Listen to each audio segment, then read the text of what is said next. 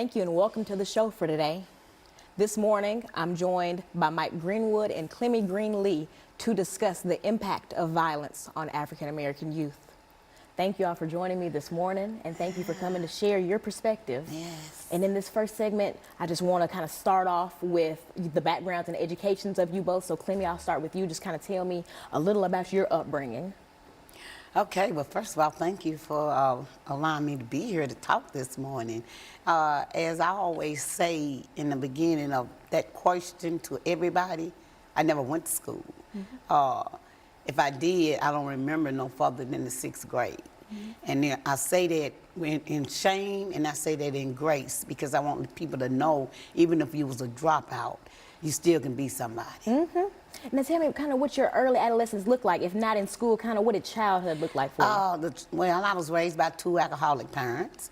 I was raised by the street. I had a kid at 13.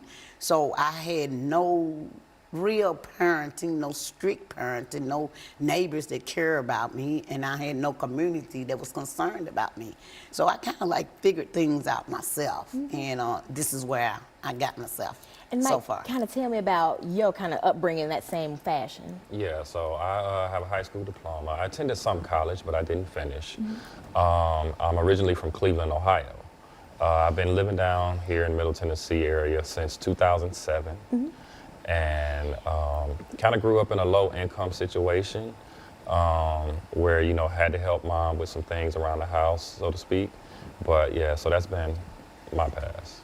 And now I just asked Clemmie kind of about her childhood, but what did your childhood look like environmentally, the familial sense, kind of what did you see in those early years? So we moved around a lot throughout Cleveland. Like I said, we dealt with some low income issues. That being said, I got to see a lot of things. I got to see gang violence. I got to see drug use and sale. But I also got to see community at times. And there were, especially in my teenage years, friends of mine, parents, kind of somewhat adopted me, so to speak, and let me in their home, and that was life-saving. And jumping back to you, Clemmie, I want to talk about what kind of those teenage years looked for you. I know you're a parent at this point, and you're kind of surviving, figuring out on your own. Tell me just kind of how you managed through those teenage years. I didn't really manage good because I ended up in and out of juvenile. I ended up getting snatched into sex trafficking.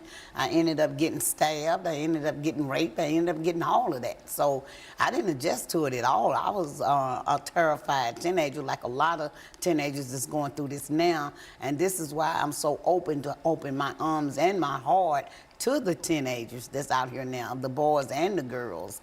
But what it did teach me, as I see now, my 1-800-JESUS phone call that got me out of it has made me realize what was not there for me is going to be here for the future. And this is why I'm out doing what I'm doing now. I should hate. I should not have the love I have in my heart, but I do have so much massive love for everybody, and I want to help them. And this is what I felt like that past of mine that I had was so horrible became to be developed into something that's so happiness for me. And Clemmie, I don't want to get too far into it before we get in our second segment, but I'll at least start off with, tell me about your relationship with God throughout this. Oh my God, I didn't know a God. I didn't think it was a God, period. My mom then went to church, but who is this Jesus that will let people go through all of this and be harmful as a young girl and go through all of this sex trafficking and beating, in and out of jail, homeless, don't know how your next meal gonna come. Like Myke said, we moved every 3 months because rent was behind or lights gonna get cut off. So, but I see my mom and grandmom go to church every Sunday. I see them emptying they billfold, they handkerchief, they little bosom box, throwing in the basket. But when is we going to get that grace and that blessing back? So I didn't have no understanding of no God. And the only time I really got the understanding of God is when my son was murdered. So I just be honest with that with everybody. Yeah.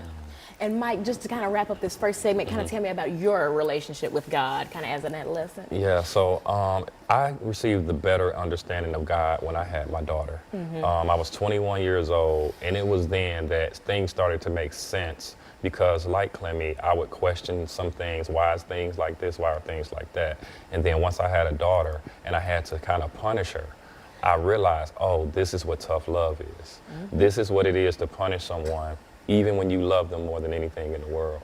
And so through my relationship with my firstborn, that is when I started to really get a better understanding of what God is and why he moves the way he moves. And in our second segment, y'all, we're going to come back to discuss those later adolescent years, you all's introductions into Mothers Over Murder, and ultimately the impact that violence has had on you all and that violence is having on our community. And I encourage our viewers to tune in to the second segment of Perspectives, where me, Clemmie, and Myke will be here to discuss the impact of violence on African American youth.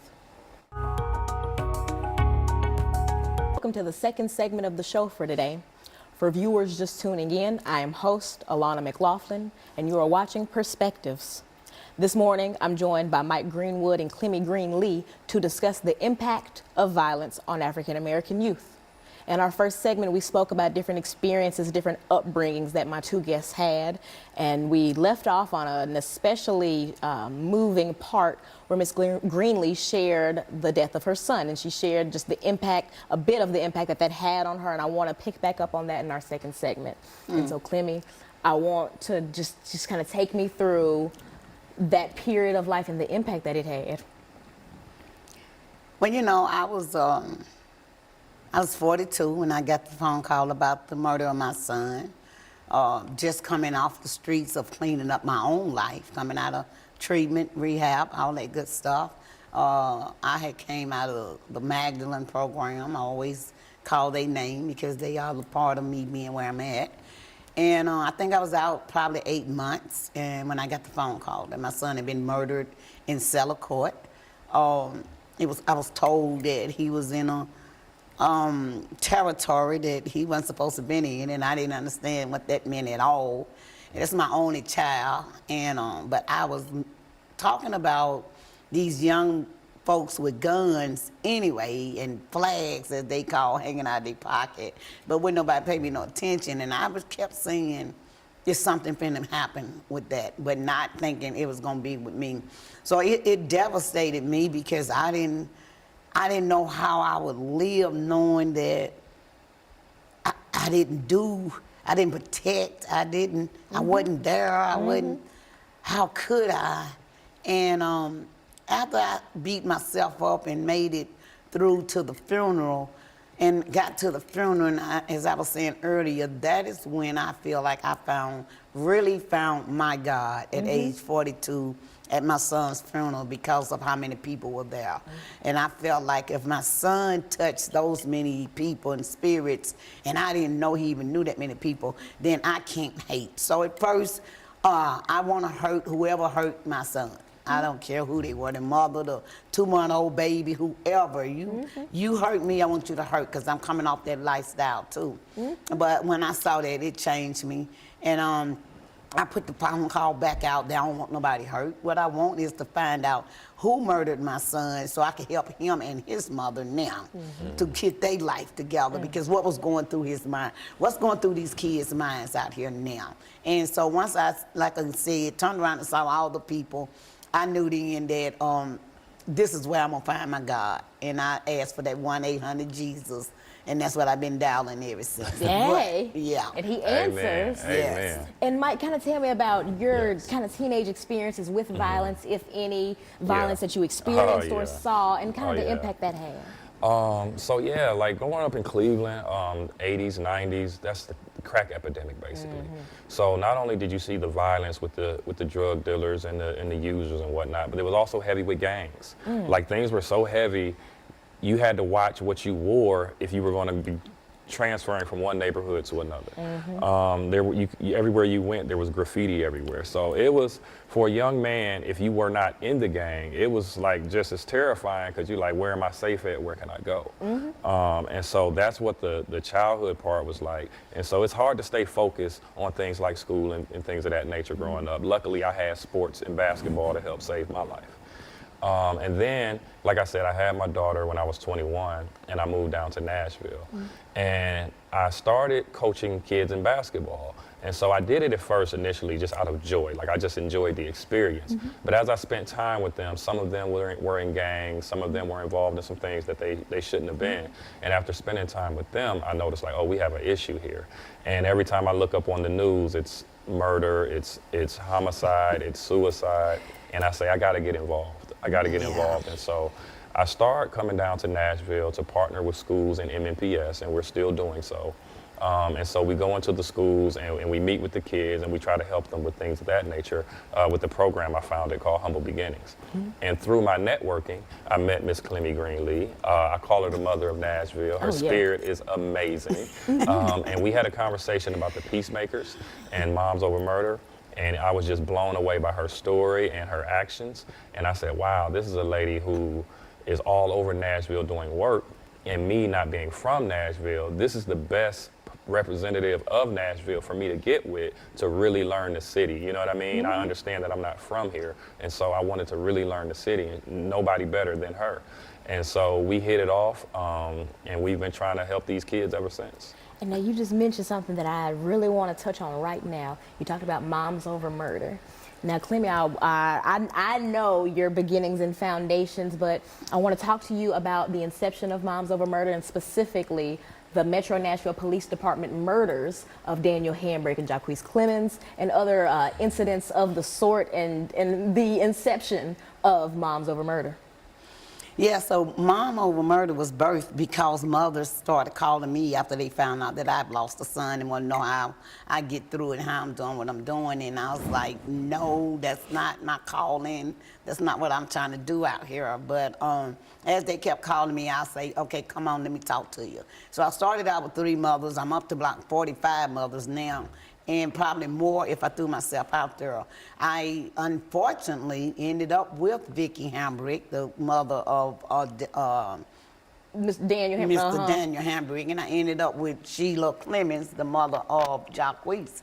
And when I found out that it was still a gun violence, but it was just about a police officer, you know, I even said this to Chief Drake, so it ain't like I'm saying something that had not repeated, because everybody who know me know I'm going to repeat mine and going to say it. I don't see no difference, because it was a badge on these 2 men than it were if little JoJo just killed little Ray Ray. I don't see no difference. It's gun violence and it's murder. And I'm still trying to make that be a change. That's why I fought with the community safety law at the White House, and that's why I was invited to the White House. And I tell people all the time, I have no accolades behind my name, but I made it to the White House. What's your excuse? Hey, so there you go. Yeah, so I'm out here and going to continue to fight for the Mothers Over Murder group, because I'm getting added on too many moms. I know I accumulated at least 8 moms in 3 days, and that's not fair. And we got to quit leaning on it starts at home, it starts at school, no brain. No, I didn't have the brain either, but it didn't take me into all of that. No, and so it's our community that we need to focus on. And in our 3rd segment, that's exactly where we're going to pick up on what the community can do. Because it's not just at home. These kids are in the streets, they're at school. And in our final segment, I encourage viewers to tune in to hear the impact of violence on African American youth, and to hear the changes that we want to see in Nashville, Tennessee.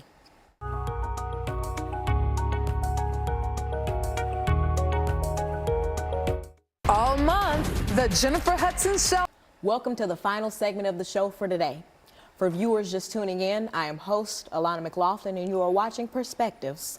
This morning I have Clemmie Greenlee and Myke Greenwood here to discuss the impact of violence on African American youth.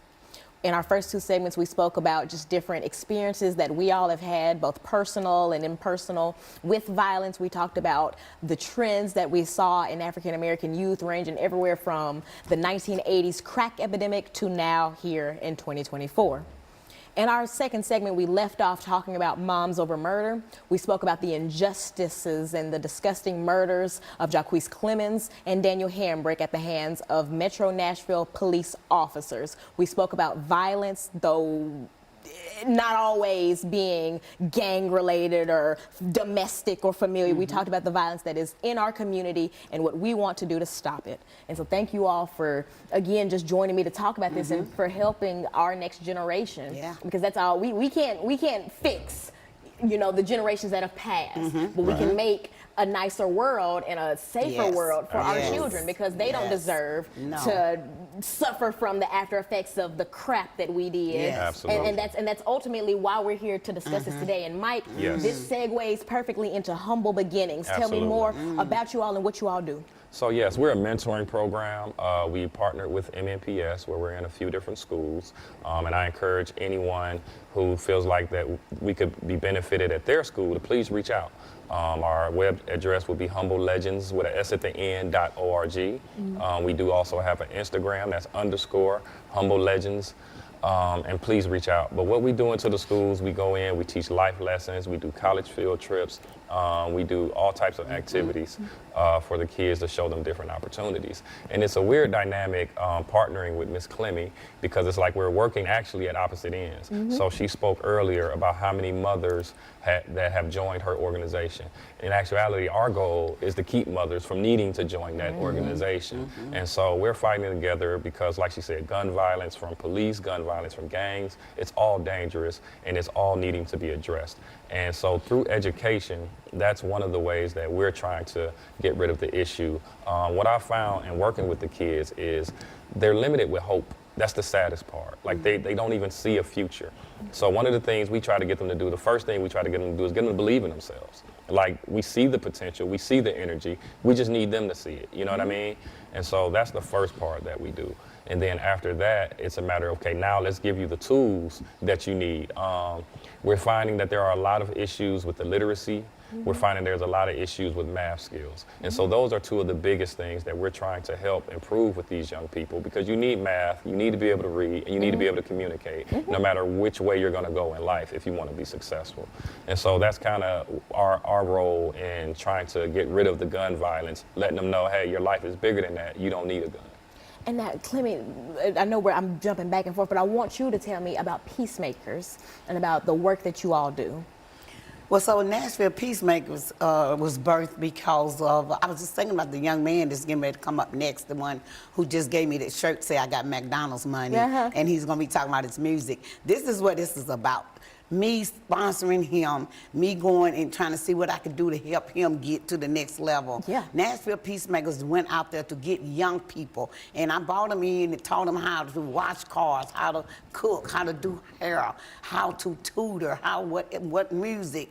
You always want to come in and rap and talk about queens, and I don't like that. So I always tell them, you can't talk about bitches and hoes robbing liquor stores. You got to tell me your music of your life. And so when I bring them in and they see that not only am I paying you an incentive to wash my car, I'm paying you an incentive to change my tire. But then they don't want to come and start going back out robbing, because Miss Clemmie finna let them make at least $200 Right a week here. Yes, until that's what we it's keep about. going. And that's what I still do. Like, I just started a group called Good Tars and Not Guns. Awesome. So I'm teaching them now. It's been about 6 weeks, so I'm still fresh. Yes. Hint, hint, I'm still fresh. Need some help. Yes. But I always come up with something. So it's like he said, he's trying to stop me from having other mothers come to my chair, because when he told me what he do with we just took some kids to Muhammad Ali Museum. I chose that instead of the parade.